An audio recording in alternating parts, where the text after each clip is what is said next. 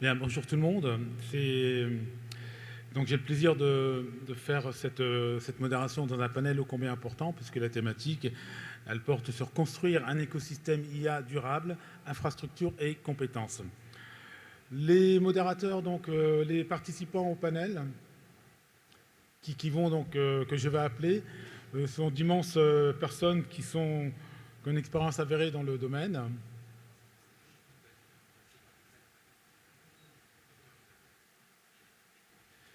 Et donc, je vais les appeler au fur et à mesure, donc je les inviterai à prendre part à la scène.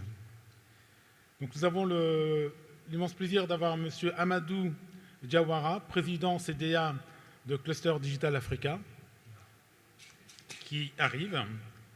Ensuite, nous avons Madame ou Mademoiselle Christelle Vignon, Lead Machine Learning Engineer and Data Engineer Orange Côte d'Ivoire.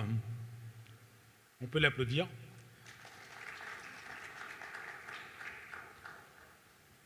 Le professeur Pierre-Jacques Dos Santos Uzaralde, professeur de mathématiques. C'est un peu timide, hein.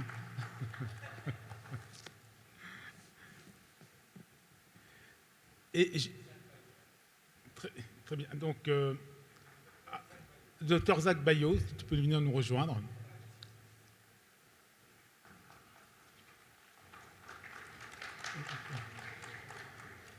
Et enfin, nous avons donc Amadou Diawara, président CDA Digital Cluster Africa.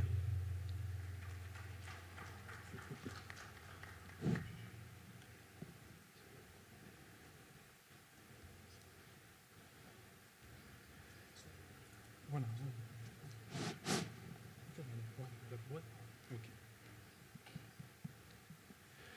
Alors en introduction, depuis ces 2 jours, on est en pleine thématique sur l'intelligence artificielle et on voit que l'intelligence artificielle est aujourd'hui au cœur des transformations technologiques mondiales.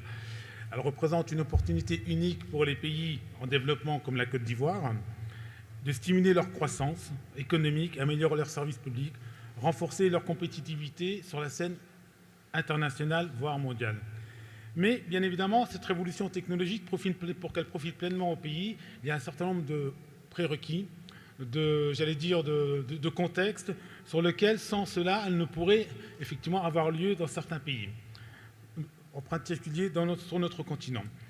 On l'a souvent évoqué au cours de ces 2 jours, la problématique des infrastructures est bien sûr nécessaire et le développement des compétences locales. Alors, nous avons la chance d'avoir un parterre très diversifié dans différents domaines, avec des parcours un petit peu complètement différents, qui vont pouvoir nous enrichir dans cette réflexion et savoir quels sont effectivement aujourd'hui les investissements. La première question que j'ai envie de poser à Orange Côte d'Ivoire, je crois qu'on est en plein dans cette thématique des infrastructures, c'est selon vous, quels sont les investissements nécessaires pour mettre en place des infrastructures adaptées au contexte ivoirien ? Puisque je sais qu'Orange investit massivement dans cette thématique. Et si je fais la comparaison avec l'Afrique centrale, par exemple, au Cameroun, là où j'exerce, on voit que le monopole régalien de l'État bloque justement les aspects de développement par rapport à cette infrastructure, ossature optique, voire demain d'autres partenaires comme Starlink qui arrivent sur le marché. Comment vous vous positionnez et quelles sont les problématiques que vous souhaiteriez exposer et voir comment, si vous avez des solutions à proposer ? Merci pour la question. Du coup, je voulais d'abord vous dire bonjour à tous et à toutes. Et merci aux organisateurs de cet événement pour l'opportunité que vous nous donnez d'échanger sur des sujets qui nous passionnent et qui personnellement me passionnent depuis une bonne dizaine d'années. Donc du coup, pour répondre à la question, comment Orange voit le déploiement de son réseau au niveau de la Côte d'Ivoire. Aujourd'hui, en fait, on est totalement dans une politique de couverture maximale du territoire. Donc, on utilise d'ailleurs des outils d'intelligence artificielle pour pouvoir identifier les zones où on a le plus besoin du réseau d'Orange, où on a le plus besoin d'être connecté. Et effectivement, la connectivité va être aujourd'hui au centre de tout ce qui est stratégie pour le développement de toute l'infrastructure dont on a besoin justement pour arriver à faire de l'IA. Parce qu'avant de faire de l'IA, il faut d'abord avoir de la donnée. Pour avoir de la donnée, il faut pouvoir la stocker, il faut pouvoir la transformer. Et pour ça, on a besoin d'infrastructures, de data centers, etc. Et dans un data center, le principal élément, c'est quand même la connectivité, de savoir qu'on reste connecté, qu'on a aussi beaucoup d'énergie au quotidien, pour le coup.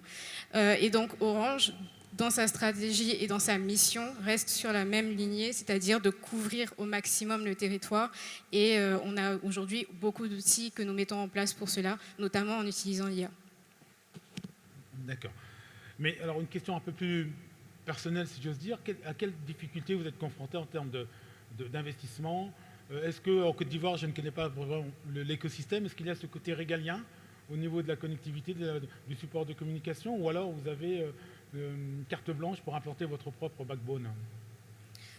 Oui, donc Orange, de toutes les façons, apporte son propre backbone, comme vous dites, dès le début. Les difficultés qu'on a, c'est plutôt au niveau de l'identification vraiment des zones où on peut déployer, où on peut investir, on va dire, et aussi sur est-ce que ces investissements vont aussi être lucratifs, parce que bien entendu, Orange reste une entreprise et quand on investit, on veut avoir un retour sur investissement. Donc la principale difficulté, c'est ça, c'est comment on arrive à identifier les zones à fort potentiel pour que dans 5-10 ans, l'investissement qu'on fait aujourd'hui puisse être rentable. Donc c'est l'une des principales difficultés. D'accord. Alors, je vais reprendre la question un peu plus directement. Est-ce que, au niveau ivoirien, est-ce qu'il y a ce côté régalien par rapport aux infrastructures ou non, par rapport à d'autres pays, par exemple sur le continent, je pense à l'Éthiopie normalement, qui a ouvert ses portes du côté régalien, bien qu'il y ait une partie majoritaire, mais est-ce que c'est le cas en Côte d'Ivoire ou pas du tout? C'est vrai que je n'avais pas répondu sur le côté, voilà, sur cette partie de la question, mais non, pour le coup, Orange n'est pas soumis, on va dire, au côté régalien. Ça reste une entreprise privée qui réalise ses investissements sur le continent, enfin sur le pays et même sur le continent, sans pour autant avoir l'aval ou pas de l'État. D'accord, ok. Donc c'est important de le préciser pour bien comprendre l'écosystème dans ce panache effectivement de côté paternité de l'information, on va dire. Alors après, bien évidemment, lorsqu'on parle d'infrastructure, une fois qu'on a une infrastructure, il faut mettre de l'information, il faut la valoriser, il faut faire un business plan. Et pour faire tourner l'ensemble de ce système, on a besoin de compétences, on a besoin de talents. Et je voulais savoir comment garantir, on peut dire, que les jeunes talents ivoiriens sont formés pour répondre aux besoins croissants du marché de l'IA. Alors, un de nos panélistes, je pense... je m'excuse, j'ai oublié votre nom, je suis vraiment désolé. C'est parfait. Ça m'arrive d'oublier mon nom à moi aussi. D'accord. Je suis Isaac Bayo et en matière de formation, je pense que j'ai une double casquette. Ayant enseigné une quinzaine d'années aux États-Unis et puis je suis rentré, j'ai aussi le point de vue de l'employeur. Le problème qu'on a en Côte d'Ivoire quand on parle de talent, c'est pas un problème de quantité, c'est même pas un problème de qualité du talent. On n'arrive pas, par exemple, à faire en sorte que des élèves en 6e et 5e choisissent l'ingénierie informatique. Pourquoi? Par manque d'information. Donc, moi, la question, c'est plus comment est-ce qu'on met de l'information au niveau des élèves au moment où ils décident de leur carrière. Parce que la plupart des études ont prouvé que c'est à ce moment-là que quelqu'un décide, je serai médecin, je serai pilote, je serai ingénieur. Mais comment est-ce qu'on met cette information-là à disposition? Et je répète tout le temps, quand on parle de talent, l'Afrique ne devrait pas avoir peur. Nous avons la plus jeune population. En 2035, nous serons le continent le plus peuplé, avec une très forte majorité de jeunes. Donc notre problème n'est pas en quantité, notre problème n'est pas en qualité de la formation, parce que nous avons aussi les professeurs qu'il faut. Mais comment est-ce qu'on arrive à créer ce tunnel-là à partir de la 6e, de la 5e, de la 4e, où des élèves choisiront d'être ingénieurs? Moi, voilà le défi auquel on est confronté. Ce n'est pas un défi de quantité, ce n'est pas un défi de qualité, c'est un défi d'information. D'accord, merci. Et un peu le pendant, donc, puisqu'on parle de talent, de formation, et bien évidemment, il y a l'autre aspect qui est comment le secteur public et privé en termes de création d'emplois vont je veux dire, mettre tout ça en chemin. Et je voudrais donc évoquer une problématique pour toi, Amadou, notamment, c'est comment encourager une collaboration efficace. On l'a plus ou moins évoqué, mais d'une manière un peu plus fine, comment élaborer une collaboration efficace entre le secteur privé, le secteur public, et on vient de l'évoquer, le monde académique, pour avoir des étudiants qui sortent avec un besoin réel, et non pas que l'on enseigne des langages, je pense à des langages qui sont périmés, un COBOL, Fortran, qui aujourd'hui, un étudiant qui est formé dans cette thématique ne trouvera jamais d'emploi. Et malheureusement, dans certaines universités africaines, on est encore resté dans cette problématique. Écoute, je pense que, merci Laurent pour cette question, et je crois que la problématique de la formation aujourd'hui, c'est un sujet qu'il faut en discuter, il faut en parler, parce que pour moi, le challenge, il va être au niveau de la formation, en fait. Comme je l'ai dit, le grand frère, il a dit, il a passé beaucoup d'années aux États-Unis. La force des États-Unis, c'est la formation, c'est la capacité de former, d'innover, et c'est d'accompagner. Ailleurs, chez eux, chez nous, c'est lorsqu'on a fini, on a 42 ans, 50 ans, c'est là où on commence à réussir notre vie, mais chez eux, c'est à la fac. C'est-à-dire que la formation, elle est là. Avant de sortir déjà, ils savent ce qu'ils veulent faire. Ils ont des projets. Mais la formation qu'on leur donne, ce sont les entreprises en fait qui viennent. Ces besoins que tu dis, public, privé, en fait, comme des entreprises comme Orange aujourd'hui. Et normalement, ailleurs, ils vont aller dans les universités, ils vont commencer à repérer des talents, ils vont commencer à voir. Et derrière, ils sont peut-être recrutés, ils n'ont pas fini. Et chez nous, ici, en fait, on te dit, ouais, t'es jeune diplômé sans emploi. Ça, tu l'entends que ça chez nous, c'est normal, parce qu'on va te laisser faire un cursus tout pourri, et quand tu vas le terminer, tu dis, bah, tiens, il faut que je trouve du boulot. Bah, écoute, t'as pas un boulot pour moi. Non, c'est pas comme ça qu'on va recruter. Les entreprises, elle l'a dit, ils ont besoin de retour d'investissement, ils ont besoin d'être rentables. Donc, lorsqu'ils vont prendre le capital humain, il faut qu'ils soient formés, il faut qu'ils soient adaptés à leurs besoins. Et aujourd'hui, il y a l'unication, voilà, c'est le mot, j'arrive pas à dire. Je viens de déjeuner, hein, donc ça devient difficile de parler. Mais entre la formation qu'on propose et le besoin du marché aujourd'hui, en fait, la question importante, c'est qu'il y a un besoin réel qui est là, mais on n'a pas souvent le capital humain. C'est souvent ça le danger, en fait. La problématique majeure, les jeunes vont dire, oui, mais je n'ai pas le boulot, je ne trouve pas, c'est difficile. Mais oui, mais tu ne réponds pas techniquement aux besoins de l'entreprise actuellement. Donc, avec l'arrivée de l'IA aujourd'hui, c'est là où moi je pense que Jérôme est en train de faire un excellent travail avec Humania, mais c'est là aussi les universités virtuelles de IVCI ou IVS au Sénégal, bon, qui a changé de nom, et encore le cluster du Sud-Africa. En fait, c'est ce que nous on a voulu faire. La chance que moi j'ai de diriger le cluster du Sud-Africa, c'est que je suis axé sur l'innovation et la formation, et nous avons voulu chaque année, en fait, c'est audacieux, hein. Il y a 2-3 ans, quand je lançais ce projet de dire qu'on va former 10 000 jeunes en entrepreneuriat innovant et création de start-up, et des gars sont allés dire, oui, mais il est fou, lui, qu'est-ce qu'il raconte? Et j'ai dit, mais 10 000 personnes, ce n'est rien par rapport à l'Afrique. On ne parle pas d'un pays, on te dit tout un continent, il y a tellement de jeunes. Et ça a été une réussite, on a eu une première cohorte, l'année dernière on l'a fait, et cette année on vient de lancer encore. L'objectif pour nous, c'est de former sur les métiers en fait, du digital, parce que ce sont les métiers de l'avenir. Et tu l'as dit, Laurent, en fait, nos universités, en fait, ils sont sur un programme, c'est là, ça continue depuis Mathusalem, en fait, ça ne va pas changer sur le même truc. Il n'y a même pas de mise à jour parfois, je suis désolé s'il y a des enseignants dans la salle, mais c'est peut-être aussi la politique gouvernementale qu'il faut revoir. Et c'est là où peut-être dans la stratégie nationale que la Côte d'Ivoire est en train de mettre en place pour l'IA, mais c'est là où tous ces acteurs privés, en fait, qui sont là aujourd'hui, doivent voir avec aussi le secteur public pour aller dire que voilà, nos besoins sont là. Si vous devez former des jeunes, puisque vous êtes régaliens à la formation dans les pays, en fait, voilà les profils qu'on a besoin. Mais qu'est-ce que nous mettons sur la table? Parce que l'État aussi, en fait, ne peut pas tout faire. Parce qu'on a tendance à penser que l'État doit tout faire, les infrastructures, etc., tout ça.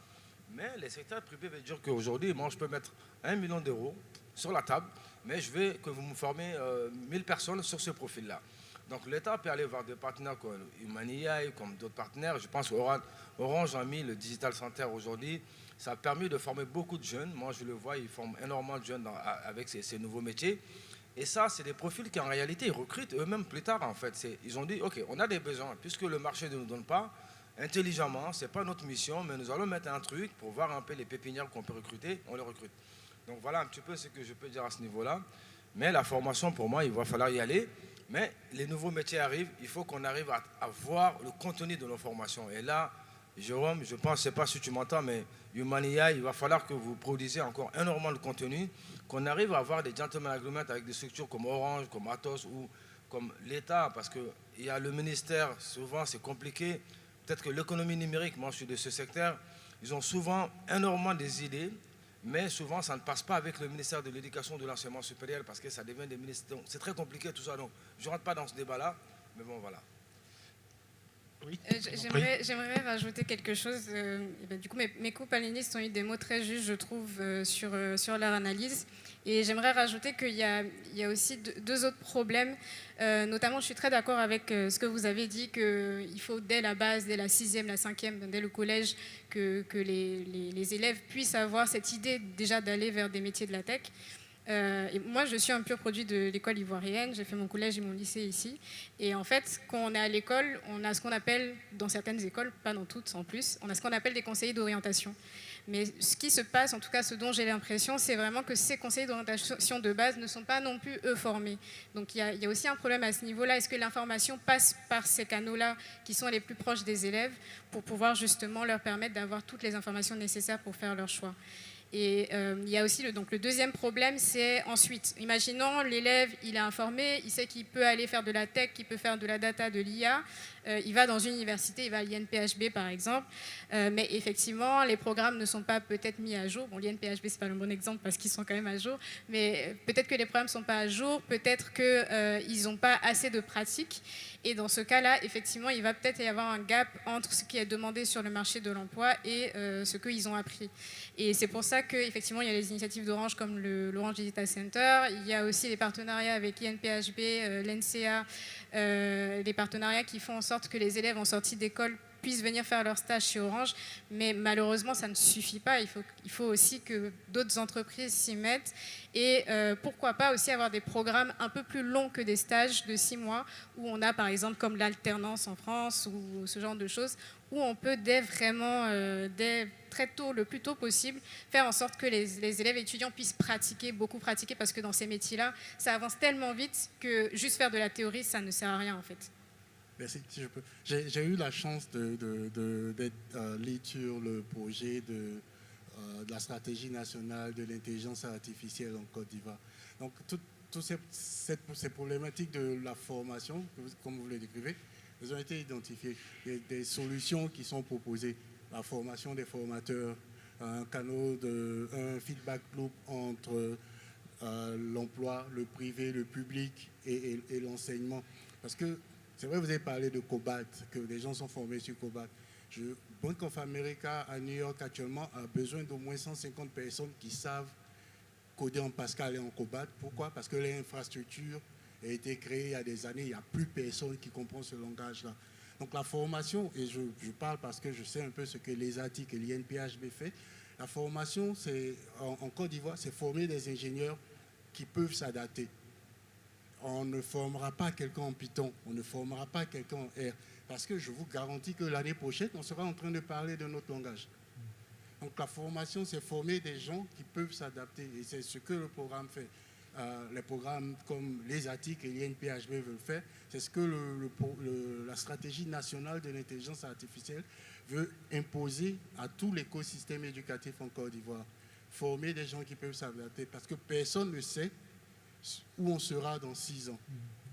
Personne ne sait à quoi va ressembler cet écosystème-là dans 6 ans. On vous parlera de LLMs, on vous parlera de Transformers Model, mais dans 6 ans, personne n'a une idée de où on va. Est-ce qu'on va vers Sentient AI, où on n'a plus besoin de programmeurs, on peut avoir une conversation avec un robot et avoir un agent qui va écrire nos codes et nous déployer sur une infrastructure. Où est-ce qu'on va? La seule personne qui va survivre, c'est ceux qui pourront s'adapter. Et c'est ce qu'on veut former en Côte d'Ivoire. Des ingénieurs, des techniciens qui peuvent s'adapter. Alors, c'est important ce que vous dites parce que je parle sous votre contrôle puisque vous avez vécu aux États-Unis. Souvent, aux États-Unis, on ne regarde pas vraiment le diplôme, on regarde la capacité de la personne à s'adapter. Et il m'a donné l'occasion de suivre plusieurs émissions et une qui m'a interpellé où c'était un monsieur qui avait une thèse en philosophie Et donc, à un moment donné, je vous parle il y a une vingtaine d'années, et il s'est présenté, il y avait IBM à l'époque qui recrutait à tour de bras. Donc, peu importe que vous soyez informaticien ou pas, cette personne a été convoquée pour passer les tests chez IBM, et elle a été retenue pour faire effectivement, pour travailler dans le domaine informatique. Alors, elle a fait du développement. Donc ça rejoint un petit peu ce que vous dites, c'est-à-dire que si on recherche, ce qu'il faut bien comprendre, c'est que c'est une histoire d'adaptabilité, de compétences, plus de connaître un langage. On parlait de COBOL, de Fortran, de tout ce qu'on veut derrière. Je veux dire, mais demain, dans 3 ans, c'est peut-être des langages qui seront obsolètes et il y en aura un autre. Mais par contre, la capacité de réfléchir, de prendre de la hauteur, de s'adapter, c'est ça que je pense que le secteur privé recherche, et c'est à partir de là qu'on peut bâtir.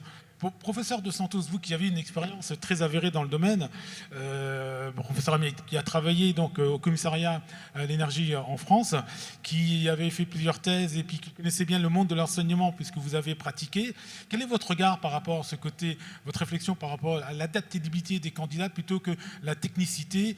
Et si on fait une transposition au niveau du continent, quels sont les conseils que vous pourriez donner à notre auditoire ici, qui demain sera la quintessence de cette nouvelle technologie? Alors, je ne sais pas. Ouais. Tout d'abord, je souhaite aussi, comme il se doit, remercier les organisateurs, et notamment Emania et Konya. Et j'ai une pensée émue pour mon ami, mon frère Jean-Michel Karcher. On ne m'entend pas.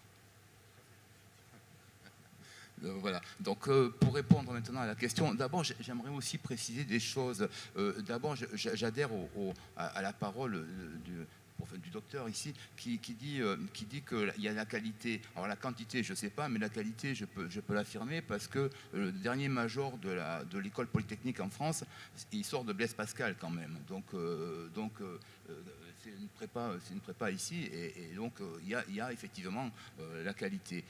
Ensuite, pour répondre à la question, moi, évidemment, j'adhère aussi au fait qu'il ne faut pas se focaliser sur la technologie. Je pense qu'il ne faut pas se focaliser sur la technologie. Il faut effectivement être tout à fait capable de s'adapter, de vivre des évolutions. Alors, je prendrai mon propre cas. Depuis que j'ai commencé à programmer, j'ai dû apprendre une trentaine de langages. Donc, je suis passé du Fortran au COBOL, au Pascal, à Ada, C, C++, etc., etc. Et chaque fois, ça nécessite évidemment un effort d'adaptabilité. Il y a derrière aussi effectivement le fait que, par exemple, Python est en train d'être supplanté par des langages un petit peu plus je dirais, un petit peu plus efficaces au sens de la rapidité, de la compilation, des choses comme ça, et notamment comme au Rust. On est en train de travailler, les étudiants commencent à travailler en Rust. Alors, donc, moi, ce que je vais préconiser, ce que je vais dire, c'est qu'effectivement, il faut nécessairement revenir sur des bases qui vont vous permettre de vous adapter facilement. Et évidemment, vous allez comprendre la logique. Je vais vous inciter, moi, à revenir vers les maths, quoi. C'est-à-dire que finalement, c'est à partir de là que l'on est, quoi. C'est quand on commence à maîtriser un certain nombre d'algorithmes qu'on est capable ensuite de les comprendre et de les utiliser. Vous utilisez ChatGPT. Alors, je suis confronté à ce problème, puisque j'enseigne dans des écoles, et on me dit, avant, moi je disais à mes étudiants, on va coder un réseau de neurones, on va le faire ensemble, et on va coder un perceptron, un multicouche, c'est le point d'entrée dans l'enseignement du deep learning. Et puis, et maintenant, quand je demande à mes étudiants de coder, en 3 minutes, j'ai la réponse. Évidemment, il me donne une réponse et je lui dis mais c'est ChatGPT. Il me dit oui, c'est ChatGPT. Donc maintenant, par contre, il va falloir comprendre ce qu'il y a dans la réponse. Et c'est à ce moment-là qu'effectivement, on a des besoins de comprendre, on a des besoins de manipuler les outils mathématiques qui sont programmés. Et à partir de là, effectivement, on a une réponse qui est fiable, que l'on peut considérer comme fiable et que l'on peut ensuite être amené à améliorer le cas échéant. Donc, effectivement, l'adaptabilité, c'est réellement le maître mot. Et puis derrière, revenir à des formes assez simples d'apprentissage que sont les mathématiques.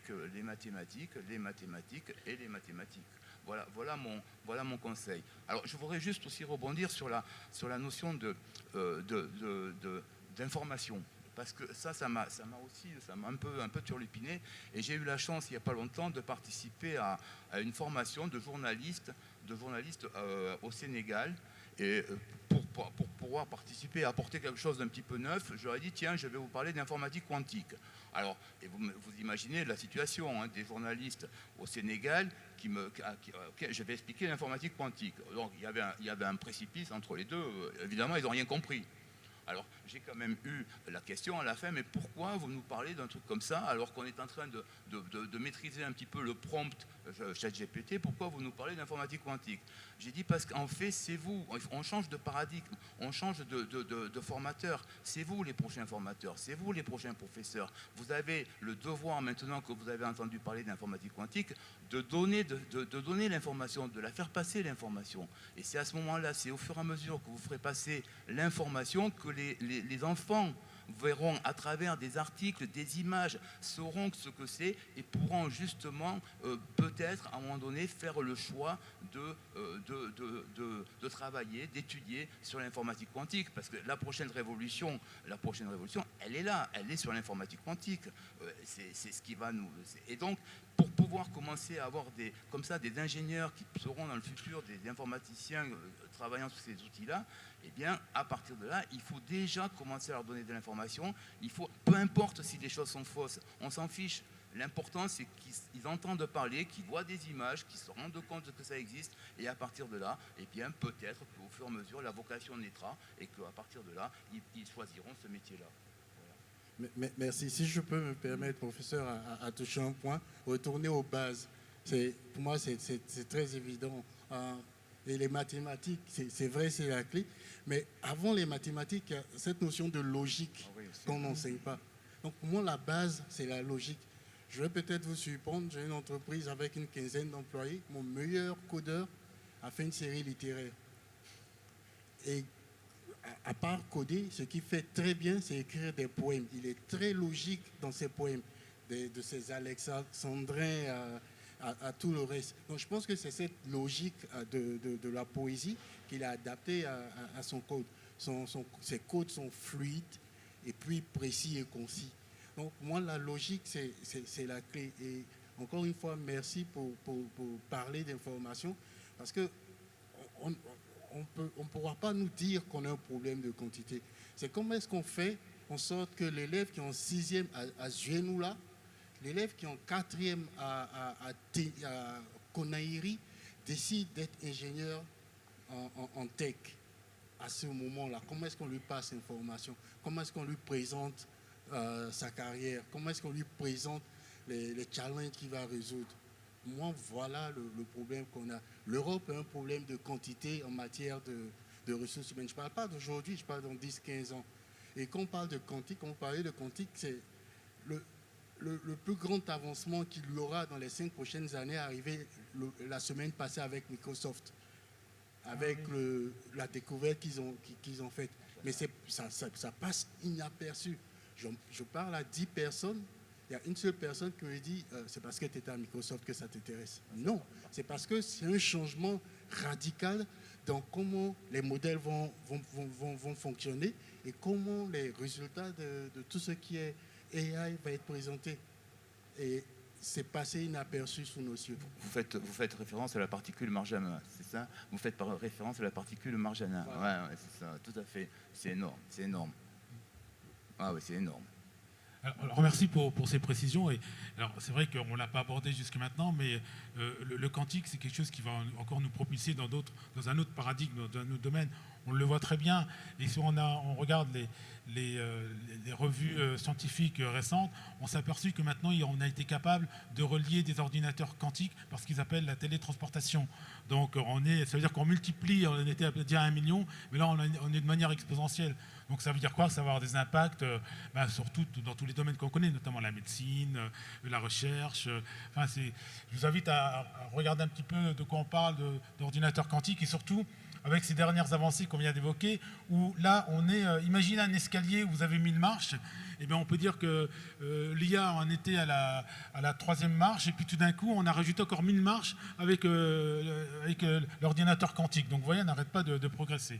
Donc, alors, on a évoqué pas mal les infrastructures, on a évoqué les compétences, on a évoqué les problématiques liées à la nouvelle technologie, et puis le décalage ou le déphasage qu'il y a entre le monde universitaire et la réalité du terrain. Mais dans un monde, on va dire, on peut faire un peu d'utopie, hein, on va dire que voilà, tout va bien en Afrique, tout se passe bien, on a réglé ces problèmes de décalage, mais se pose une question fondamentale. C'est-à-dire que comment retenir les jeunes talents en Afrique? Comment les faire rester? C'est-à-dire qu'on voit très bien que, Amadou, tu es encore bien placé parce que toi, tu es revenu dans le pays il y a une paire d'années, mais c'est très très rare. La plupart partent, ne reviennent pas, ils sont formés, ils sont compétents et ils vont dans des boîtes où on leur donne des dizaines, des centaines de milliers de dollars. Alors comment éviter cette fuite de cerveau? Parce que on a beau fermer les gens sur le continent compétent, mais s'ils partent, on repart à zéro et c'est un cercle sans fin. Alors, je voudrais vous entendre tous les quatre sur ce côté-là, d'autant plus le secteur privé, puisque vous êtes confrontés à cette étude de cerveau. Vous investissez en formation et les personnes disent demain, bon, je suis désolé, je vais ailleurs parce que voilà, j'ai d'autres projets pour moi sur le monde logistique, on va dire. Amadou, si tu peux commencer, et ensuite, chacun de vous, je voudrais vous entendre sur comment retenir les jeunes talents, les jeunes pousses pour le service de leur pays et notamment le continent. Non, je pense que la Côte d'Ivoire est bien partie pour cela. Aujourd'hui, si je veux parler de l'exemple de la Côte d'Ivoire, il faut reconnaître que les indicateurs sont au vert. Et quand on regarde ces 10 dernières années, ça a beaucoup évolué en Côte d'Ivoire. Et je pense que j'ai discuté de cela avec toi. Tu me dis, quand tu as quitté là et puis tu reviens, tu vois que ça a changé, mais ailleurs, ça ne bouge pas. Donc c'est que la Côte d'Ivoire est bien partie pour ça. Et ça motive la diaspora de retourner. Et je pense qu'il est retourné, le grand frère. Il pouvait rester. Il avait un boulevard là-bas aux États-Unis, mais il est rentré. Donc aujourd'hui, dans nos pays, tout le monde est en train de mettre un mécanisme plus ou moins pour attirer sa diaspora, mais aussi ses talents à retourner. Parce que lorsque les gens vont étudier, ils reviennent. Mais le challenge aussi de taille que nos écoles, on peut tout dire, mais ils s'améliorent aussi. Elle vient de dire qu'elle est pur produit de l'école ivoirienne, donc elle n'a pas étudié en France ou aux États-Unis. C'est ça, hein? Si, mais bon, je reviendrai dessus du coup.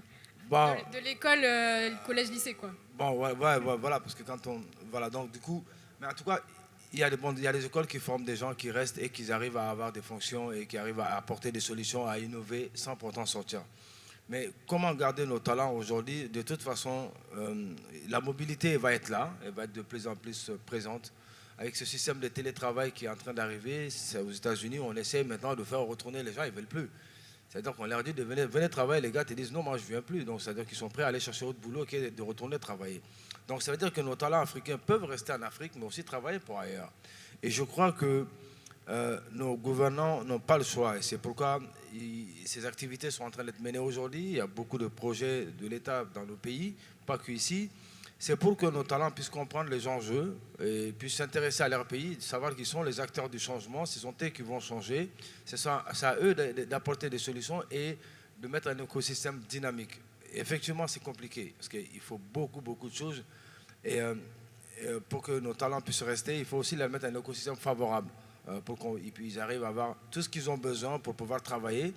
Après, c'est vrai que l'État aujourd'hui s'intéresse plus ou moins, parce que pour moi, l'État, c'est un grand incubateur qui va stimuler, qui va prendre ce qu'il a besoin, et il ne pourra pas tout prendre. Les restes, il va les mettre comment? Il ne peut pas le mettre dans la nature.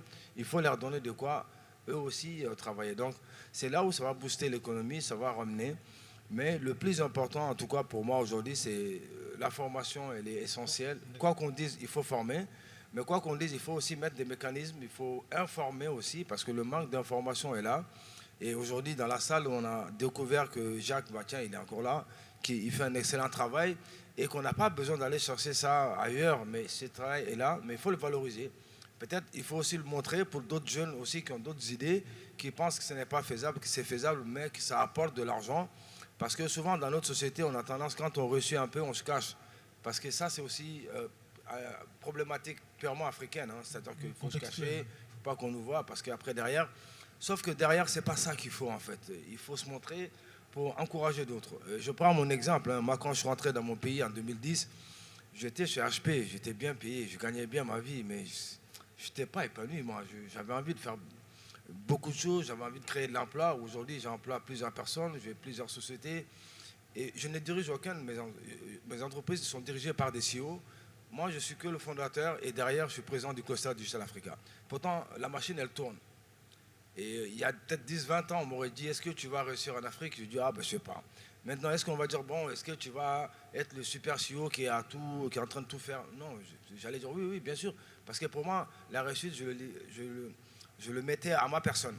Mais aujourd'hui, c'est les collectifs. Moi, j'ai des structures aujourd'hui, ça fait 6-7 mois, je ne suis jamais passé là-bas, et ça tourne bien, et ça tourne même mieux que moi, sans moi. Donc, c'est de dire qu'il faut qu'on essaie d'expliquer qu'on peut entreprendre, qu'on peut s'en sortir chez soi, en Afrique, mais là, il faut reconnaître que les politiques ont un travail à faire, les institutionnels, ils ont un travail à faire. Voilà. D'accord, merci. Docteur, pour vous, quel serait le message pour ces jeunes talents de leur dire non, restez, ne partez pas?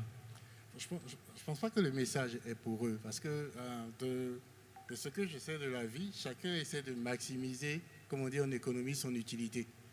Je vais voter avec mes pieds, je vais aller là où je me sens mieux. Donc, si on arrête de former pour l'écosystème local, on se rend compte que le challenge, il est mondial. On forme pour le mondial. On va arriver à un moment où, comme dans le phénomène de l'osmose en chimie, il y aura un équilibre. Il y aura un équilibre entre les salaires payés, que ce soit en Afrique, et les salaires payés en Europe. On va me dire que c'est de l'utopie, mais je veux dire, regardez l'Inde des 30 dernières années et l'Inde aujourd'hui. C'est pratiquement ce qui s'est passé. Ils étaient le back-end du monde pratiquement. Oui. Mais vous prenez un ingénieur indien maintenant, il touche pratiquement la même chose qu'un ingénieur américain parce que ça s'est équilibré. Pour que les gens restent, mettez-les dans les conditions. Je vais vous dire quelque chose qui va vous faire rire. Il y a une phrase qui est très célèbre qui, moi, m'a fait revenir. Babi est le plus doux au monde. Bon, c'est Babi, c'est Abidjan, c'est ce que je connais de Notre-Dame d'Afrique à l'INP, à travailler à Yopougon chez Nestlé sans publicité avant de partir. Mais c'est Abidjan, c'est la Côte d'Ivoire, c'est l'Afrique, c'est chez moi. Je ne veux pas partir. Si je vais, c'est parce que j'ai d'autres conditions. Mais comment est-ce qu'on met ces conditions ici? Comment est-ce que je peux soigner mes parents, soigner mes enfants sans me prendre la tête? Donc ça va prendre en compte le système de santé, ça va prendre en compte le système éducatif. C'est créer ces conditions-là qui font en sorte que je n'ai pas besoin d'aller chercher ailleurs. Voilà pour moi ce qui est clé. Ce n'est pas vraiment une question d'argent, c'est une question de qualité de vie. Comment est-ce qu'on fait en sorte que la qualité de vie ici soit la même qu'en Europe? D'accord. Oui, alors, professeur de Santos. Alors c'est un peu plus délicat pour moi pour répondre à cette question parce que mais ce que je peux dire, c'est que moi j'ai vraiment un vrai sentiment que c'est presque gagné, quoi. C'est presque gagné. En fait, il faut pas empêcher les talents d'aller voir ailleurs, de se former, d'acquérir des compétences, de s'ouvrir à la culture, de s'ouvrir à toutes les cultures. Par contre, après, il faut leur donner les moyens de revenir. Et je dirais c'est presque gagné. Pourquoi? Parce qu'actuellement, finalement, les sociétés, c'est plus le jeune Africain qui part en France pour essayer de travailler sur une société française. Ce sont maintenant les sociétés qui viennent en Afrique directement. Elles viennent s'implanter en Afrique. Elles viennent pour travailler avec les Africains. On prend Microsoft. Vous avez vu que les Américains sont hyper présents. Regardez la présence de l'ambassadrice des États-Unis à l'ouverture, c'est quand même un signe, quoi. Donc les sociétés, elles arrivent. Et donc, si les sociétés arrivent, ben, les talents vont rester ou ils vont revenir, quoi, parce qu'ils viendront travailler. Parce que ce qui est intéressant pour un jeune ingénieur, à mon sens, c'est de travailler chez Microsoft, c'est de pouvoir accéder à la technologie Microsoft. Donc, à partir du moment où il accède à la technologie Microsoft ici, à Abidjan, ou qu'il accède à un peu importe aux États-Unis, eh ben, finalement, il a tout intérêt à travailler ici, quoi, il me semble. Il aura à ce moment-là la possibilité de rester avec sa famille, déjà, quoi. Alors, ça c'est un point qui me semble assez important. Et je prendrai pour exemple, justement, l'école dans laquelle j'enseigne. Moi, j'enseigne dans une école d'ingénieurs, qui s'appelle NCE, qui est une bonne école, qui est dans le groupe Mines Télécom, beau groupe. Et finalement, quand on a commencé à chercher des opportunités pour développer des programmes de travail, eh bien, figurez-vous que ce qu'on a fait, c'est les développer au Sénégal. On a monté des programmes de travail au Sénégal, pas en France. Pourquoi? Parce que justement, on voulait toucher du doigt cette possibilité de donner aux étudiants sénégalais. Alors, à l'université Rose Dieng, on a créé des programmes, par exemple, de Green IA. On commence finalement les premiers programmes d'intelligence artificielle verte, eh bien, on les a lancés au Sénégal. C'est quand même un signe. Ça veut dire que quelque part, on est aussi conscient des capacités des pays africains. Alors, c'est peut-être pas Abidjan, je suis désolé, hein, c'est plutôt sénégalais, vous m'en voudrez pas trop. Mais voilà, donc c'est, à mon sens, on n'est pas loin d'avoir réussi et justement de pouvoir penser que ces jeunes talents, eh ben, ils auront envie de rester ici. Madame Vignon, votre... Oui, message. donc du coup je suis d'accord avec tout ce qu'ils ont dit et j'aimerais rebondir justement sur le cadre parce que c'est vrai, j'ai dit que j'avais fait l'école ivoirienne, oui, parce que j'ai grandi ici. Jusqu'au lycée, j'étais à l'école ivoirienne et ensuite je suis partie en France pour 11 ans. Donc je suis restée 11 ans en France, donc je suis aussi ripat. Je suis aussi ripat et je suis revenue, donc ça veut dire que c'est possible déjà. Mais je pense que ce qui fait le plus peur, parce que j'ai énormément d'amis qui ont eu à peu près le même parcours que moi, qui ont fait l'INP, etc., qui sont en France aujourd'hui et qui ne veulent pas du tout rentrer. Et c'est justement cette question de cadre, en fait. C'est pas forcément le salaire, c'est plus, comme vous avez dit, comment je me soigne, comment je soigne ma famille, comment j'ai accès finalement à toutes ces facilités de vie que j'ai en Europe, en fait. Donc il y a ce côté un peu infrastructure, développement, voilà, qui rentre en ligne de compte. Mais je pense que par-dessus tout, parce que vu que malgré tout ça, il y a quand même des gens qui reviennent, je pense que par-dessus tout, c'est une question de mindset aussi. C'est une question de, est-ce qu'à la base, on a appris aux gens peut-être à avoir peut-être cet esprit entrepreneurial, on voit qu'il y a des entrepreneurs ici, cet esprit entrepreneurial, cet esprit d'innovation pour se dire, même s'il n'y a rien, je peux venir et créer quelque chose. Est-ce que les gens se disent que c'est possible de créer quelque chose ici? Est-ce qu'il y a aussi cette fibre un peu, et ça, pour le coup, on peut l'inculquer aux enfants dès très jeunes, suivant le programme de formation. On a beaucoup parlé de formation, mais la formation qu'on leur donne, par exemple dans les écoles, quand j'ai parlé tout à l'heure de pratiquer, on peut pratiquer sur des cas d'usage qui sont spécifiques à nos réalités, travailler sur tout ce qui est agriculture, etc., pour montrer aux gens que c'est possible de faire des choses, en fait. C'est possible d'innover ici, mais je pense que les gens se disent, qu'est-ce que je vais aller faire en Afrique? Il n'y a rien à faire là-bas. Et donc c'est ce mindset, cette mentalité, cet état d'esprit, en fait, je pense qu'il faut changer, sauf que c'est beaucoup plus compliqué forcément quand on s'attaque aux mentalités. Mais je pense que voilà, si ça ne change pas, on ne va pas espérer que tout le monde revienne. Les gens vont revenir, mais pas tous, quoi. Alors c'est vrai, tout le monde ne va pas revenir, mais par contre, nous au niveau de la commission, on a fait quelques études et on voit très bien que par rapport à il y a 20 ans, il y a de plus en plus de personnes qui reviennent. Et parmi les critères, il y a ce côté, ce que vous mettez en exergue, c'est-à-dire le côté contextuel. C'est-à-dire, indépendamment du salaire, bien évidemment, on est là par rapport à la pyramide de Maslow, il faut vivre, hein, si j'ose dire, le premier besoin. Mais de l'autre côté, il y a le contextuel, c'est-à-dire comment moi je veux m'intégrer et qu'est-ce que le pays va pouvoir m'amener sur le côté logistique en cas de problème. Vous parliez des infrastructures, de la santé, également du contexte réglementaire. Et tout ça, c'est quelque part, on le voit, ça passe pratiquement, le côté salarié passe pratiquement en deuxième point parce que j'allais dire une boutade, mais le monde devient un village aujourd'hui grâce au numérique. Et c'est ce que tu disais tout à l'heure, Madou. C'est-à-dire qu'aujourd'hui, tu peux travailler pour une firme américaine tout en étant au quartier, à Yopougon, au bar, avec ta connexion Internet. Elles exagèrent, mais c'est un petit peu ça. Donc c'est vrai que ça permet effectivement d'avoir des ouvertures et de se dire, maintenant, aujourd'hui, on est vraiment dans un autre paradigme, un autre braquet, où ce côté, la diaspora, il y en a beaucoup qui viennent au Cameroun, il y en a beaucoup qui viennent de nouveau investir, malgré j'allais dire le contexte un petit peu réglementaire qui est astreignant, qui est barbant, c'est vrai, mais bon, il y a cette volonté de revenir également, je pense, qui est important aux racines. Alors, moi, je suis en plus déraciné, mais bon, c'est comme ça. Cela dit, donc, on va maintenant ouvrir les questions. Donc, on va prendre par série 2-3 questions. On aimerait bien, pour la première question, avoir une dame, puisque depuis le début de ces séances, on n'a eu que des messieurs. Donc, une dame qui peut peut-être nous poser une question à nos panélistes. Et ensuite, on continuera.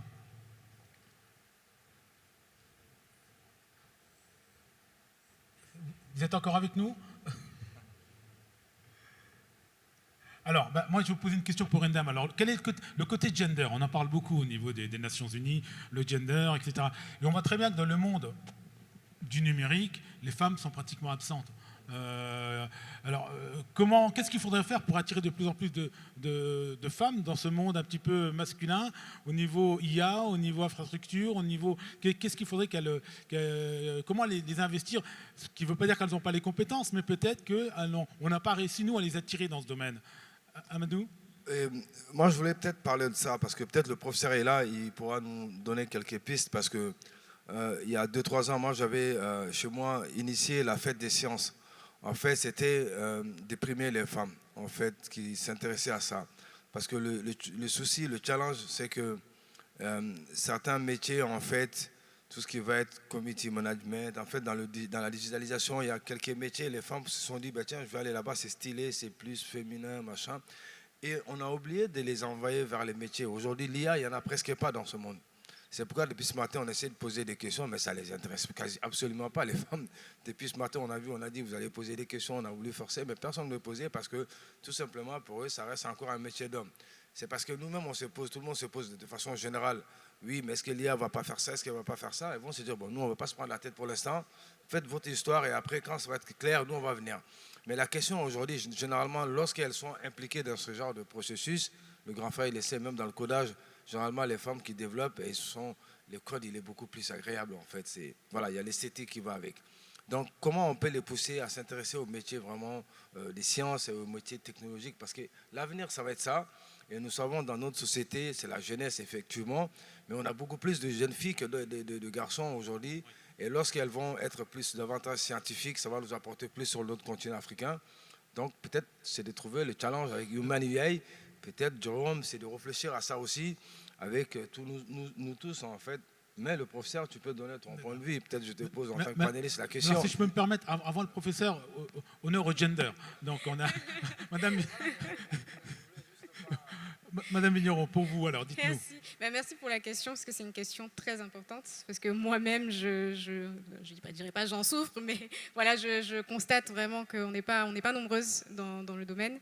Et je pense, je vais toujours revenir à la base, en fait. Il faut toujours revenir à la base. Je pense que dès le départ, on ne dit pas assez aux filles, aux jeunes filles, qu'elles peuvent aller dans la tech. On ne leur dit pas assez. On leur dit pas assez, ok, tu peux faire... on voit déjà au collège, lycée, il y a quand même beaucoup de filles qui font des maths, qui font séries scientifiques, etc. Mais par la suite, à l'université, bon, on bifurque. Donc, pourquoi on bifurque? C'est parce qu'on se dit, on voit très clairement, moi j'ai fait l'université de Nantes, à l'université de Nantes, après le tronc commun, on va dire, de la deuxième année, quasiment toutes les filles vont en biologie. Sauf que quand on est en première année, on voit que toutes les filles vont en biologie. Donc en tant que femme, quand on arrive, on passe devant une classe de TD ou de TP d'informatique et qu'il n'y a que des hommes, voilà, on se dit, bon, c'est pas pour moi, c'est pas fait pour moi. Donc je pense qu'il y a un problème de représentation déjà, et il y a un problème de formation aussi des formateurs, encore une fois, qui devraient pousser un peu plus les jeunes filles ou les jeunes femmes quand ils voient des compétences à y aller. Et du coup, sur ce point-là, j'ai une anecdote, c'est que moi, au départ, j'étais partie pour devenir actuaire, donc plus risque analyste, on va dire, dans les assurances, parce que mes premiers cours d'informatique dans ce fameux tronc commun m'ont traumatisée, très clairement. Je m'étais dit, plus jamais je code, parce que ça m'avait vraiment traumatisée. Donc j'ai fait 3 ans en double licence mathématiques et économie pour devenir actuaire. Et à la fin de la licence, en fait, on avait un cours, alors je ne sais toujours pas pourquoi, mais on avait un cours sur les bases de données. Donc on devait faire du SQL.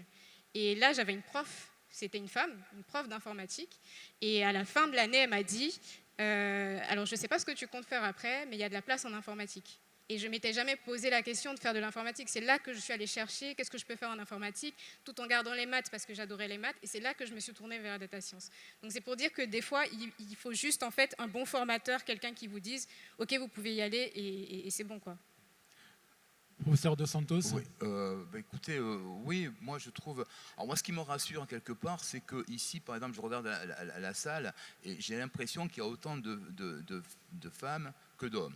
C'est le sentiment que j'ai. Donc je suis assez rassuré. Alors après, par contre, c'est une excellente question et justement, elle est d'autant plus excellente cette question, c'est que si vous interrogez ChatGPT sur ce problème, là, je ne sais pas ce qu'il va pouvoir répondre. J'aimerais bien, je ferai le test après parce que je ne vois pas très bien comment il va pouvoir s'en sortir, ChatGPT là-dessus. C'est réellement, c'est une question ouverte. Alors, comment attirer les jeunes filles vers ces métiers scientifiques? Je pense qu'il faut sortir de ce côté un peu machiste de l'univers ingénieur et pour le faire, il faut se doter d'outils qui va donner envie, qui va rassurer les jeunes femmes. Moi, je préconise dans toute société, dans toute entreprise, je préconise la mise en place de crèches, quoi. Je préconise ce genre d'outils qui vont faire que finalement les jeunes filles diront finalement je peux y aller là puisque je sais où mettre mes enfants, parce que ce qui va caractériser le métier d'ingénieur, c'est quand même la puissance de travail que vous devez fournir, surtout au début, quoi. Donc il faut travailler, donc on a peur, on se dit je ne pourrais pas m'occuper de mes enfants, des choses comme ça. J'ai l'impression qu'en se dotant de ces outils-là, on va rassurer les jeunes filles, on va pouvoir leur donner l'envie de venir, parce que derrière, elles auront la possibilité effectivement de trouver tout ce qu'il faut pour répondre à leurs besoins, quoi. Alors, je suis d'accord avec vous, il faut démystifier. Il faut démystifier en disant que ce n'est pas un métier qui est réservé plus aux hommes qu'aux femmes. Il faut vraiment démystifier. Et votre exemple est probant, puisqu'il faut également avoir quelqu'un, un conseiller, qui vous dit non, écoute, la question qu'on vous a posée, il y a de la place en informatique, c'est parce que vous avez été reconnu dans vos compétences et peut-être aller dans une vocation informatique. Je crois que c'est important d'avoir les deux facteurs, être conseiller et surtout démystifier en disant que ce n'est pas un métier d'homme, encore moins aujourd'hui, en tous les cas. On va retourner vers la salle. Est-ce qu'il y a des questions? Oui. Et on a gagné le pari, c'est une dame qui commence. On peut l'applaudir, hein. Alors si on peut lui apporter un micro. On pourrait avoir un micro juste devant là, s'il vous plaît.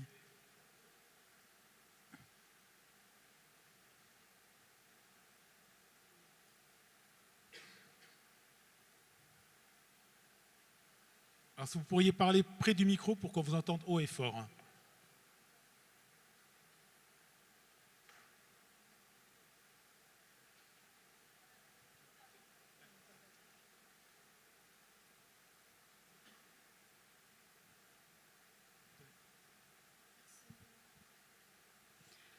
Tout d'abord, bonjour.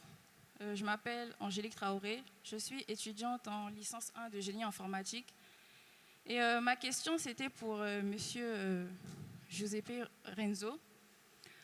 Tout à l'heure, vous avez parlé du genre, que les femmes n'osent pas se lancer en informatique et dans l'intelligence artificielle. Et moi, je me demandais si aux Nations Unies, on n'avait pas prévu justement une formation pour former les femmes.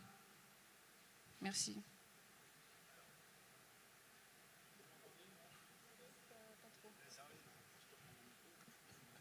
Alors, aux Nations Unies, on n'est pas...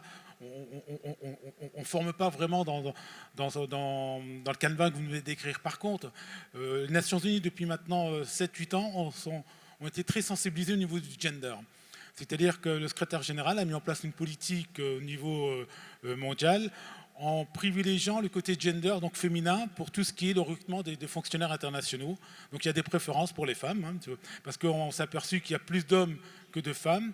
Et donc, effectivement, par rapport à ça, on a mis en place donc, tout un processus pour non seulement avoir des candidatures féminines, il est même arrivé dans certains recrutements où ça n'avait pas un certain nombre de candidatures féminines, même pas, s'il n'y en avait pas une seule, on était obligé d'annuler les panels et de dire non, il nous faut des femmes. Donc, cette volonté d'avoir une parité pratiquement 50-50 pour revenir à des choses, on va dire, normales.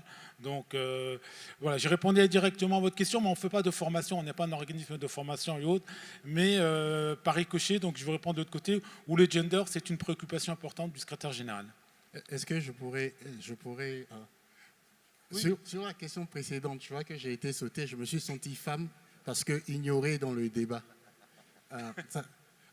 Un des éléments. Pour moi, il faut arrêter de présenter l'ingénierie comme le métier le plus sexy du monde. C'est faux. C'est seulement les mauvais ingénieurs qui font 2 capis. Ça, c'est ma théorie. Tu planifies mal ton travail, ton code est illisible. Voilà pourquoi tu es obligé de veiller. C'est une question de préparation. C'est un métier, il n'y a pas de métier plus astreignant qu'un métier qu'être chirurgien, par exemple. Être ingénieur en informatique n'est pas plus difficile. Il y a autant de femmes chirurgiennes que d'hommes pratiquement. La parité est beaucoup plus grande. Mon entreprise, 15 personnes, j'ai 9 femmes, tous techniciennes. Et celui qui fait mon community management, c'est un homme. Donc cet équilibre-là, et pour moi, ça passe par le fait qu'on ne demande pas, on ne dise pas à une femme, tu es une femme. Parce que quand vous dites à une femme africaine, tu es une femme, vous lui rappelez qu'on pense que voilà ce que tu devrais faire. Moi, l'équité, il faut voir le professionnel en tant que professionnel, que ce soit l'homme ou la femme. Donc, moi, voilà ce que je pense sur ce débat-là. Et en matière de formation, pourquoi faire une formation spéciale pour les femmes? Elles sont au même niveau que tout le monde, on les attend sur les mêmes KPIs. Pourquoi vouloir créer ce silo où on dit ça c'est pour la femme, ça c'est pour l'homme? Après, vous avez déjà créé un complexe en faisant ça. Moi, ça n'a pas de sens. Quand on parle d'équilibre, il faut mettre l'équilibre dans le fait qu'on regarde les CV sans regarder le nom, par exemple, sans regarder le genre. Parce que je vous garantis que si vous faites ça, vous allez vous retrouver avec une parité qui ne dit pas son nom. Ou avec une imparité, mais ça ne sera pas dans le sens que vous pensez. Alors, deux choses, je vous rejoins tout à fait, parce que, alors, pourquoi est-ce qu'aujourd'hui on met en avant le gender? Tout simplement parce que pendant des années, il était déconsidéré. Donc on a créé un gap, et c'est pour ça qu'effectivement, en tout cas, la Nations Unies, on s'est rendu compte que ce n'est pas normal. Donc, et un autre point qui a été abordé, je crois que c'est toi, Amadou, qui l'a abordé, c'est que moi j'ai eu l'occasion de travailler avec des collègues féminines à une certaine époque, quand je faisais du codage. Elles codaient beaucoup mieux que nous, les hommes. Hein. On voyait le côté presque féminin dans le codage, si j'ose dire, hein, par rapport à un homme. Il est un peu, entre guillemets, à l'arrache, hein, on y va, et puis on ne met peut-être pas tous les commentaires pour s'en sortir en cas de plantage et autres. Mais c'est vrai qu'une dame, c'est plus propre, c'est plus gracieux. Donc voilà. Alors, y a-t-il une autre question? Oui, je vais avant. Pardon, désolé. Je vais me lever un peu contre ça. Justement, je pense que ça, c'est la clé du problème. Déjà, dire à une dame, quand vous codez, c'est plus joli. Non, quand vous codez, c'est efficace, point. La manière d'être efficace varie d'individu en individu. Moi, je code sans commentaire. J'ai mon employé qui code avec commentaire. Mais ça fait pas que son code est féminin. Le code, il est le code. Et on code pour efficacité. Moi, quand on commence à dire une femme, ça code plus beau, ça code plus joli. On pourra en faire, c'est pas l'objet du débat d'aujourd'hui. Je pense qu'en fait, on se perd du débat, parce qu'en fait, c'est pas de dire que c'est péjoratif. Hein. Non, on veut juste dire qu'en fait, très court pour donner la parole à la salle. Juste des femmes qui peuvent coder, on n'en trouve pas, en fait. Maintenant, c'est de les motiver à aller vers ça. Mais lorsqu'elles sont là, elles sont efficaces. Mais en fait, il faut dire que la question, elle est palpable. On a posé la question depuis ce matin. Il n'y en avait pas une qui posait. Elle a levé le défi. Peut-être Christelle a dû la motiver un petit peu pour qu'elle se décomplexe, pour qu'elle aille. Mais très honnêtement, ce n'est pas péjoratif. Hein, quand on le dit, quand je dis qu'elle code mieux, c'est plus stylé, c'est parce que trouver des femmes codeuses, il n'y en a pas assez. Ça ne court pas dans la rue. Hein. Vous avez la chance de les avoir, bravo, mais ça ne court pas de rue. Oui, madame. Allô, je ne sais pas si on m'entend bien. Oui, on vous entend. Ouais. En fait, oui, bon, c'est pour dire que moi, ça ne me choque pas qu'on dise ça, parce que j'ai déjà beaucoup entendu.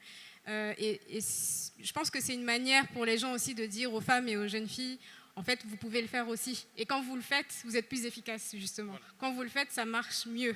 Donc, je pense que c'est ça qu'il faut retenir, en fait. Je ne dis pas, les hommes qui sont là, que ça veut dire que vous ne savez pas coder.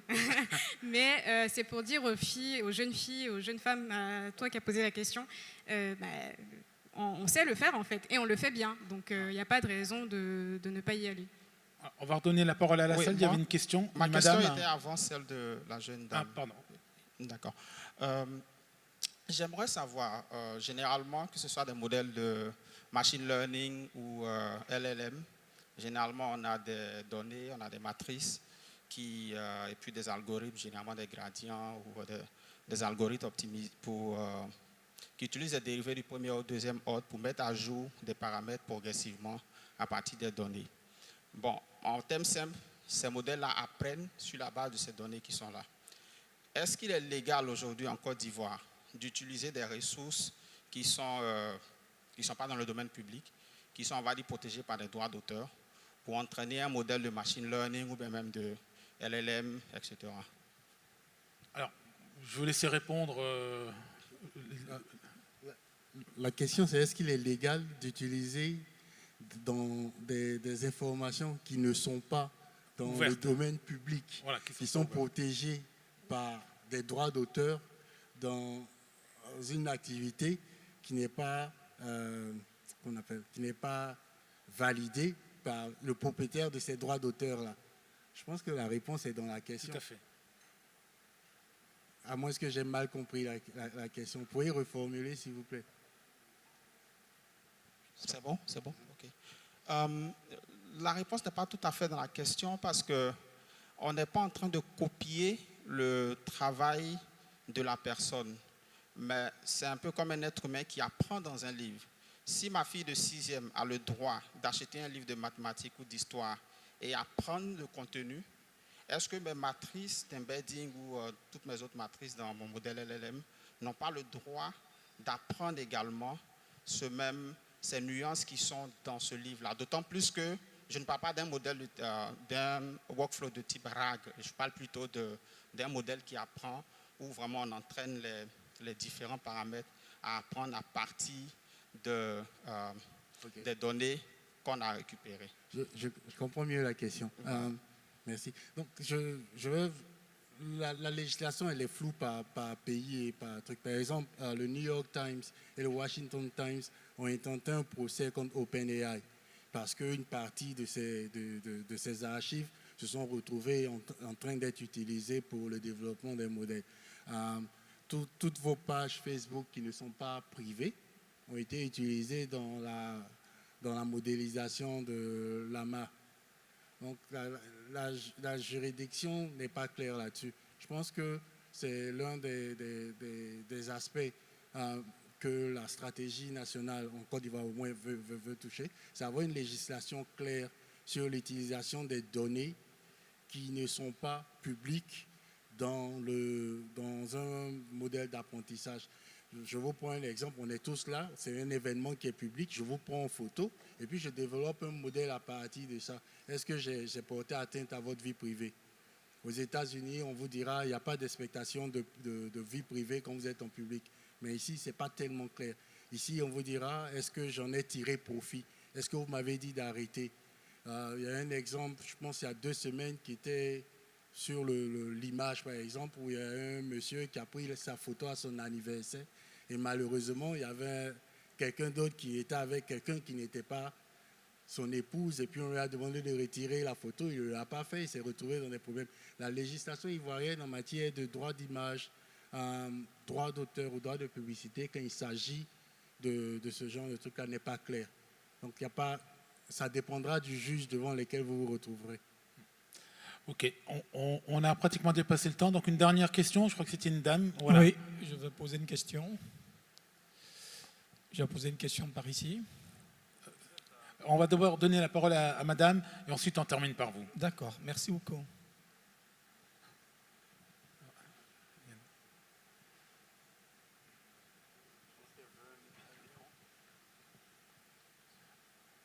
Est-ce qu'on pourrait ramener un micro juste devant là? Merci.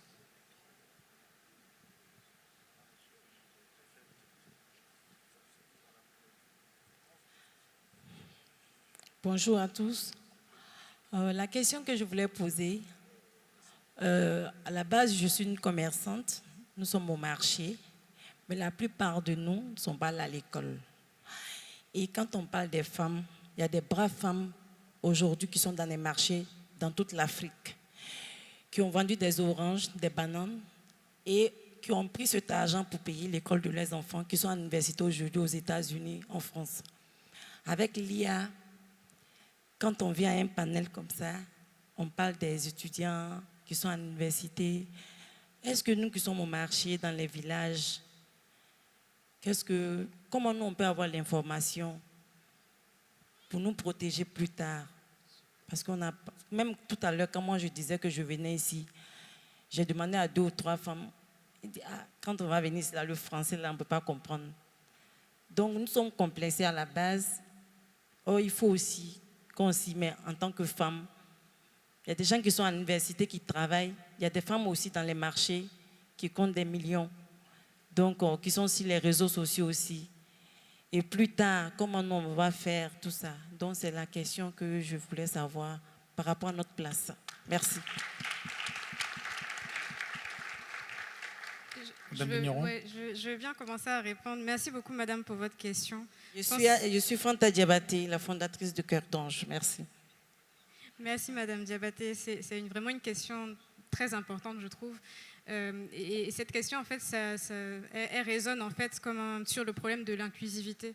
Donc, comment on inclut finalement tout le monde dans cette révolution de l'IA?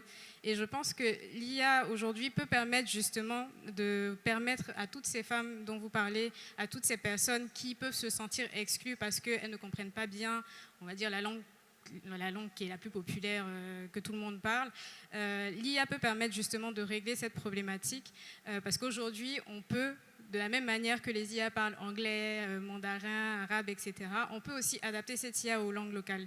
Et là, je vais raconter une petite anecdote qui m'a beaucoup émue il y a quelques mois. C'est une entreprise sénégalaise qui s'appelle Andakia Tech et qui a développé un chatbot qui parle en Wolof. Et en fait, pour un peu faire la publicité de ce chatbot, ils avaient fait une vidéo où il y a une petite fille qui était dans un village et qui regardait les étoiles et qui disait je ne saurais jamais ce qui se passe au niveau des étoiles parce que je ne pourrais jamais y aller. Et l'IA qui lui dit, mais si tu peux y aller, en Wolof, si tu peux y aller, je vais t'apprendre comment faire, et qui commence à lui raconter comment ça marche au niveau du spatial, de notre système solaire, etc. Et la petite fille qui dit en Wolof, je deviendrai astronaute un jour. Et je pense que c'est quelque chose qui m'a beaucoup émue parce qu'aujourd'hui, on peut permettre à tous les enfants, à toutes les personnes qui se sentent exclues parce qu'elles ne parlent pas les langues qui sont parlées par la plupart des personnes, on peut leur permettre d'apprendre des choses, d'avoir accès à l'information en développant ce genre de technologie. Et justement, à Orange, notre objectif dans les prochains mois, les prochaines années, c'est de participer à cette adaptation de toutes les IA aux langues locales, que ce soit ici, que ce soit dans tous les pays où Orange est présent. Et on a un partenariat justement avec OpenAI pour ça, pour vraiment développer des vrais modèles de langage, des vrais modèles d'IA vocaux, pour permettre à tout le monde d'avoir l'accès à la bonne information au bon moment et de pouvoir échanger, discuter, de casser cette barrière de la langue qui finalement fait plus de mal qu'autre chose.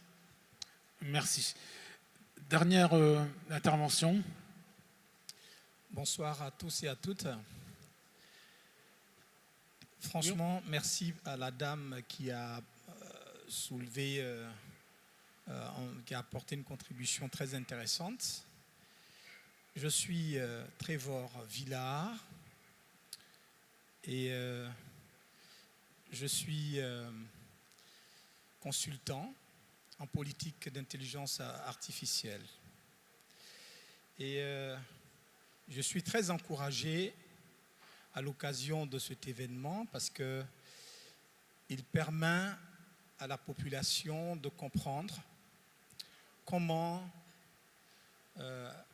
articuler, comment s'imprégner de cet outil, finalement, de cette assistance, parce que quelque part, elle apparaît pour le citoyen lambda comme quelque chose qui est relégué à une certaine classe, à une certaine société. Justement, l'occasion est donnée là de vulgariser à travers Human AI et l'organisation pour faire en sorte que chacun puisse s'approprier l'outil.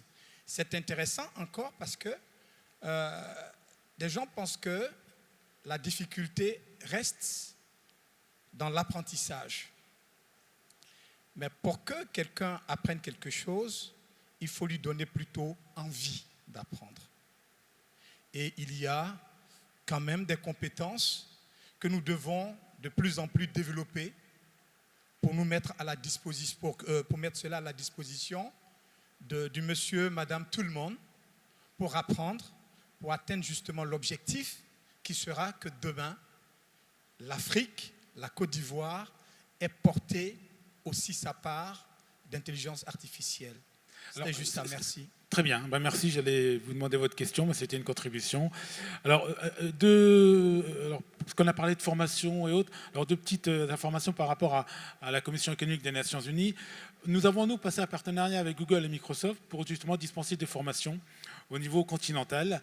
Et nous avons également pour rebondir un petit peu sur ce que vous disiez tout à l'heure en termes de formation, est-ce que la Commission fait des formations? On a fait des actions, ce qu'on appelle de Coding Camp, où en partenariat avec Microsoft, on a formé aujourd'hui on doit être à 15 000 femmes qu'on a formées au niveau du continent sur 2 semaines où on les initie, qu'est-ce que c'est que le numérique, l'outil numérique, non pas dédié à l'intelligence artificielle, mais déjà démystifier l'outil. Et donc, je vous invite à aller sur notre site, puisqu'on a d'autres activités qui vont avoir lieu d'ici la fin de l'année, toujours dans cette thématique. Voilà, je vous remercie. Je crois qu'on peut applaudir très très fort nos panels.